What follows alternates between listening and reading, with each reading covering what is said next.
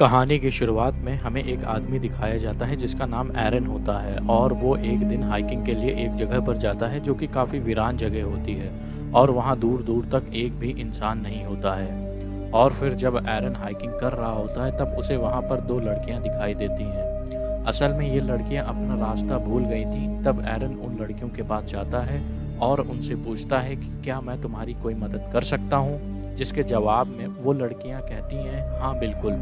फिर क्या था,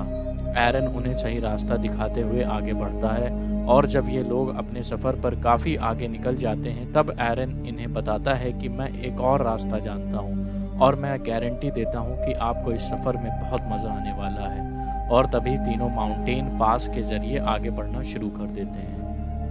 और ये रास्ते काफ़ी नैरो यानी पतले होते हैं और जब ये तीनों थोड़ा आगे पहुंचते हैं तब एरन वहां से कूद जाता है और ये देखकर वो दोनों लड़कियां काफ़ी डर जाती हैं क्योंकि उन्हें ये लगता है शायद एरन वहां से गिर गया है। लेकिन तभी एरन उन्हें नीचे से आवाज़ लगाता है। असल में वहाँ बहुत सारा पानी था और वो जगह एक पूल थी और फिर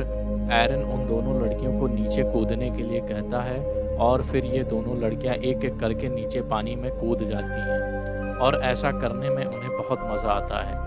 वो लोग वहाँ पर काफ़ी एंजॉय कर रहे होते हैं। उसके बाद वो तीनों अपने सफ़र पर आगे निकल जाते हैं और अब वहाँ से निकलने के बाद एरन को हाइकिंग के लिए जाना होता है और उन दोनों लड़कियों को वहाँ से अपने घर जाना होता है। इसीलिए ये लोग यहाँ पर अलग अलग होने से पहले यहाँ पर सेल्फी बनाते हैं और फिर वो लोग एक दूसरे को अलविदा कह के आगे बढ़ते हैं। अब एरन माउंटेन पास से आगे बढ़ रहा होता है। एरन काफ़ी खुश होता है और वो इस हाइकिंग को काफ़ी एंजॉय कर रहा होता है। लेकिन यहाँ के रास्ते काफ़ी ज़्यादा पतले और ख़तरनाक होते और फिर जब एरन उन पतली पहाड़ियों से नीचे उतरता है तब वहाँ पर एक बड़ा सा पत्थर होता है और जब एरन उस पत्थर का सहारा ले रहा होता है तभी वो पत्थर खिसक जाता है और जिसकी वजह से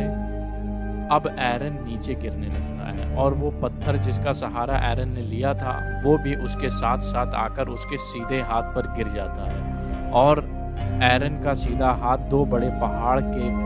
बीच में एक छोटे पत्थर में फंस गया था। अब हालांकि उसे ज़्यादा चोट तो नहीं लगी थी लेकिन उसका हाथ वहाँ से निकल नहीं रहा था। वो अपने हाथ को वहाँ से निकालने की बहुत कोशिश कर रहा था लेकिन वो उसमें नाकामयाब ही रहता है और जब एरन को ये रियलाइज़ होता है कि अब एरन का हाथ यहाँ से नहीं निकल सकता, इसलिए अब वो उन दोनों लड़कियों को चिल्ला चिल्ला कर आवाज़ें लगाता है। लेकिन उसकी आवाज़ वहाँ से बाहर नहीं जा सकती थी क्योंकि ये सारे नैरो माउंटेन्स थे और यहाँ से आवाज़ को बाहर पहुँचाना जहाँ दूर दूर तक कोई इंसान, जानवर, यहाँ तक कोई बर्ड्स का नामो निशान नहीं है, ये ऑलमोस्ट इम्पॉसिबल था। इसके बाद एरन अपना बैग खोलता है और उसके पास जितना भी सामान होता है वो उन सब को बाहर निकालता है। उसे यहाँ से किसी भी सूरत बाहर निकलना होगा क्योंकि वो ये जानता था कि शायद यहाँ कई महीनों तक कोई ना आए। अब जो सामान उसने बैग में भरा होता है उसमें एक नाइफ भी होती है तो वो उस नाइफ की मदद से उस चट्टान को साइड से तोड़ने की कोशिश करने लगता है। लेकिन ये चट्टान काफ़ी हार्ड थी और इतनी ज़्यादा ठोस थी कि उसे जरा से भी कुछ नहीं होता और साथ साथ ये भी कि उसका राइट हैंड वहाँ पर फंसा हुआ था, इसलिए उसे उल्टे हाथ से काम करने में बहुत प्रॉब्लम आ रही थी। लेकिन फिर भी एरन हार नहीं मानता, हिम्मत नहीं हारता और वो लगातार उस चट्टान को तोड़ने की कोशिश कर रहा होता है और इसी दौरान उसका नाइफ उसके हाथ से छूटकर नीचे गिर जाता है और अब वो उस नाइफ को हाथ से नहीं उठा सकता क्योंकि वो नाइफ उससे काफ़ी दूर होता है। लेकिन फिर भी किसी तरह वो उस नाइफ को अपनी तरफ खींच लेता है और एक बार फिर से चट्टान को काटने लगता है। लेकिन वो इस काम में पूरी तरह नाकामयाब रहता है क्योंकि वो चट्टान इतनी ठोस थी कि उसकी नाइफ की धार भी पूरी तरह ख़त्म हो चुकी थी। और देखते ही देखते रात हो जाती है और एरन को यहाँ फंसे काफ़ी घंटे बीत चुके थे और उसे कुछ नहीं समझ आ रहा था कि वो यहाँ से कैसे निकल सकता है। लेकिन इसलिए वो लगातार अपने हाथ को वहाँ से निकालने की कोशिश करता रहता है और ऐसे ही करते करते अगली सुबह भी हो जाती है और अब एरन को यहाँ फंसे हुए 25 घंटे हो चुके थे और अभी तक एरन को वहाँ से निकालने के लिए कोई भी रास्ता नहीं मिल रहा था। लेकिन फिर वो अपने कैमरे को ऑन करता है और उसमें रिकॉर्डिंग करना शुरू करता है जिसमें वो कहता है कि पिछले 25 घंटों से मैं यहाँ फंसा हुआ हूँ और कोई भी नहीं जानता कि मैं यहाँ पर हूँ क्योंकि मैंने अपने यहाँ आने का किसी को कुछ भी नहीं बताया था। साथ-साथ मेरे पास खाने का सामान भी बहुत ही कम है और पीने के लिए भी सिर्फ 400 से 500 ml पानी है। और जब एरन ये सब रिकॉर्ड कर रहा होता है तब एरन को पहाड़ के ऊपर किसी की आवाज़ आती है, इसलिए वो चिल्लाने लगता है। लेकिन उसकी चिल्लाने का कोई फ़ायदा नहीं होता क्योंकि वहाँ पर कोई भी नहीं होता है। कुछ घंटों के बाद वहाँ पर फिर से रात हो जाती है, जहाँ पर एरन को भूख लगने लगती है और उसके पास खाने का जितना भी सामान बचा होता है वो उसे खाने लगता है। और वो सोचने लगता है कि जब वो सुबह-सुबह अपने घर से निकल रहा था तब उसके पेरेंट्स का फ़ोन उसके पास आ रहा होता है, लेकिन वो फ़ोन पिकअप नहीं करता और उन्हें अपने हाइकिंग के सफ़र के बारे में नहीं बताता है। तो अगर एरन ने अपने पेरेंट्स को अपने हाइकिंग के सफ़र के बारे में बताया होता तो शायद अब उसके पेरेंट्स उसको ढूँढते हुए यहाँ आ जाते। लेकिन अब कोई भी नहीं जानता कि आखिर एरन है कहाँ पर। अब तीसरे दिन यानी मंडे को एरन एक पुली बनाता है और वो रस्सियों के ज़रिए उस पत्थर को बांधता है जो उसके हाथ के ऊपर पड़ा हुआ है, और रस्सी के दूसरे हिस्से से वो पत्थर को उठाने की कोशिश करने लगता है। लेकिन इतना स्ट्रगल करने के बाद भी वो पत्थर उठने की बजाय अपनी जगह से हिलता तक नहीं है। फिर वो रस्सी को पैर में फंसाकर पूरा जोर लगाकर उस पत्थर को खींचने की कोशिश करता है, लेकिन इस बार भी कोई फ़ायदा नहीं होता है। अब उसकी मुसीबत तो बढ़ती जा रही थी क्योंकि अब उसका पानी भी ख़त्म हो गया था।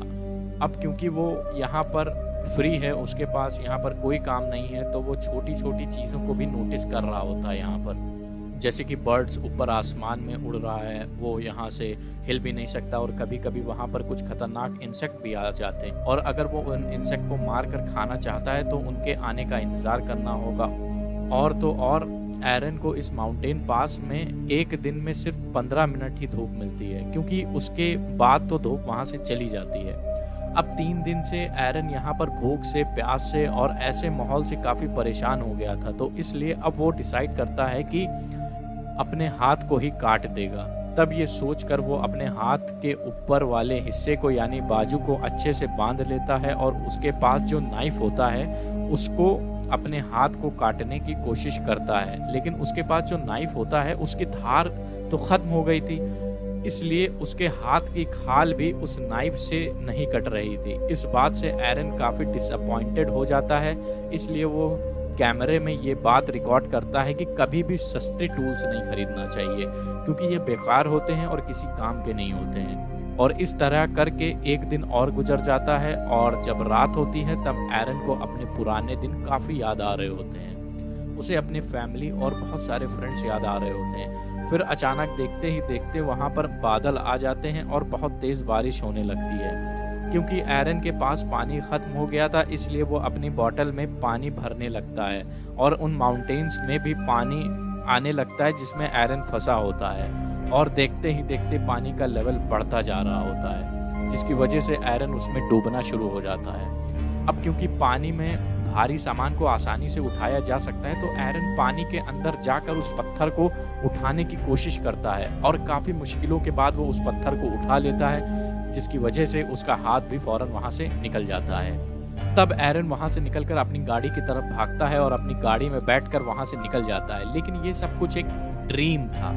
ऐसा कुछ भी नहीं होता है। अभी भी वो उस माउंटेन में फंसा हुआ था और एक बार फिर से वो ज़ोर ज़ोर से चिल्लाने लगता है क्योंकि उसे यहाँ पर फंसे हुए काफ़ी दिन हो गए थे, इसलिए उसे अजीब तरह के ड्रीम आ रहे होते हैं। एरन को यहाँ फंसे हुए 4 दिन हो गए थे और ये उसका 5वां दिन था और अब उसके दिमाग में काफ़ी उलझन हो गई थी। वो खुद से कहने लगता है कि अगर उसने यहाँ आने से पहले अपने पेरेंट्स को कॉल करके यहाँ आने की बात बता देता तो शायद आज वो यहाँ पर फंसा नहीं होता। और साथ ही साथ एरन ने जिस शॉपकीपर की दुकान से हाइकिंग का सामान लिया था उसे भी एरन ने कुछ नहीं बताया था। तो अगर एरन ने उस शॉपकीपर को बताया होता कि यहाँ पर हाइकिंग के लिए जा रहा है तो एरन के मिसिंग होने की कंप्लेंट पुलिस में दे देता वो शॉपकीपर और यहाँ से एरन बच जाता। लेकिन एरन ये सब कुछ अपने कैमरे में रिकॉर्ड कर रहा होता है क्योंकि अब वो जानता था कि अब वो नहीं बचेगा क्योंकि वो काफ़ी भूखा और प्यासा होता है और उसके शरीर में जरा से भी जान नहीं होती है और इतना बड़ा पत्थर भी जो है जैसे एरन को उसने यहाँ पर कैद करके ही रख दिया हो। अब एक बार फिर से एरन अपने हाथ को बांधता है और वो नाइफ जिसकी धार पूरी तरह से खत्म हो गई थी वो उससे अपने हाथ को काटने की कोशिश नहीं करता है, बल्कि वो नाइफ के फ्रंट साइड से अपने हाथ को स्ट्रैप करना शुरू कर देता है और वो नाइफ को अपने हाथ के इतने अंदर तक गाड़ देता है कि उसकी हड्डी तक पहुंच जाता है और इसी वजह से उसके हाथ से खून निकलने लगता है और इसके आगे एरन अब कुछ भी नहीं कर पाता है। और इसी तरह एक दिन और गुजर जाता है और जब छठा दिन आता है तब एरन की हालत काफ़ी ख़राब होती है और वो काफ़ी कमज़ोर पड़ गया था और अब वो यहाँ से बाहर नहीं निकला तो वो बच नहीं पाएगा। फिर एरन अपनी डेट ऑफ बर्थ वहाँ पर पत्थर पर लिख देता है और अब उसकी पूरी हिम्मत टूट चुकी थी और जब नेक्स्ट डे यानी सैटरडे को जब उसे हल्का सा होश आता है तब वो अपने अंदर फिर से थोड़ी हिम्मत जगाता है और फिर से अपने हाथ को निकालने के बारे में सोचने लगता है और इस बार वो अपने हाथ को अपोजिट साइड मोड़कर अपने हाथ की हड्डी तोड़ देता है और इसके बाद जो चाकू होता है उस पर अब उसने धार लगा ली थी तो अब धीरे धीरे वो अपने हाथ को काटने लगता है और इसी तरह वो अपने हाथ को अपनी बॉडी से अलग कर देता है और आज छठे दिन वो अपने हाथ को सैक्रिफाइस करके अपने आप को आज़ाद कर लेता है और यहाँ से निकलने से पहले वो अपने हाथ की फ़ोटो भी लेता है जो अभी भी उस पत्थर में फंसा हुआ था और अब एरन बड़ी मुश्किल से इन माउंटेन पास से बाहर निकलता है और बाहर निकलकर वो देखता है कि बाहर कुछ पानी पड़ा है। तब एरन वहां पर जाकर बहुत सारा पानी पीने लगता है क्योंकि पिछले 6 दिनों से ना ही उसने कुछ खाया था और ना ही उसने कुछ पिया था और इसलिए आज वो जी भर कर पानी पीता है। और इसके बाद वो यहाँ से आगे निकलता है और वहाँ से निकलते हुए उसे वो बर्ड भी दिखाई देता है जिसे वो हर रोज़ देखता था जब वो उन माउंटेन में फंसा हुआ था और आज वो खुद को उस बर्ड की तरह आज़ाद समझ रहा था। लेकिन अभी भी उस एरिया से निकलना आसान नहीं था क्योंकि वो जगह काफ़ी बड़ी और बंजर थी। लेकिन अभी भी एरन हिम्मत नहीं हारता और इतना ज़्यादा पेन में भी होने के बावजूद वो आगे बढ़ता रहता है और तभी उसे एक फैमिली दिखाई देती है जो हाइकिंग के लिए यहाँ पर आई होती है। तब एरन उन्हें आवाज़ लगाता है और वो भागते हुए उसके पास आते हैं और वो एरन की मदद के लिए सिक्योरिटी को बुलाते हैं और इसके बाद वहाँ पर एक हेलीकॉप्टर आता है और फिर उस हेलीकॉप्टर के जरिए एरन को वहाँ से हॉस्पिटल ले जाया जाता है। और फिर सीन शिफ्ट होता है और हमें कुछ टाइम बाद का सीन दिखाया जाता है जहाँ पर एरन बिल्कुल ठीक हो गया था। अब एरन अपनी फैमिली के साथ खुश था लेकिन उन 6 दिनों में एरन ने मौत को बड़ी करीब से देखा था। लेकिन इसके बाद भी वो अपने पैशन को नहीं छोड़ता और वो अभी भी हाइकिंग के लिए नई नई जगह जाया करता है। लेकिन अब वो जहाँ जहाँ पर भी जाता है तो वो ये नोट ज़रूर लिखता है कि वो कहाँ जा रहा है या जाएगा। मतलब ये हुआ कि अब वो सभी को बताकर हाइकिंग के लिए अलग अलग जगहों पर जाता है। ये बात जानकर आपको हैरानी होगी कि ये कहानी एक रियल इंसिडेंट्स पर बेस्ड है, यानी ये सच है कि एरन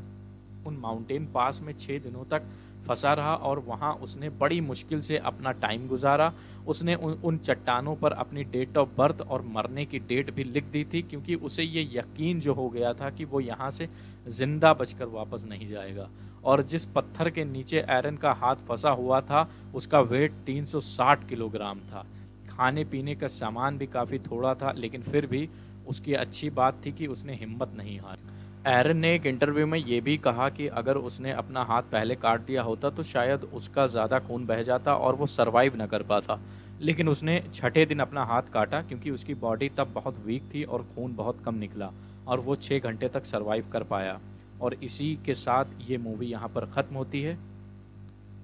मिलते हैं अपनी नेक्स्ट वीडियो में, तब तक के लिए अलविदा।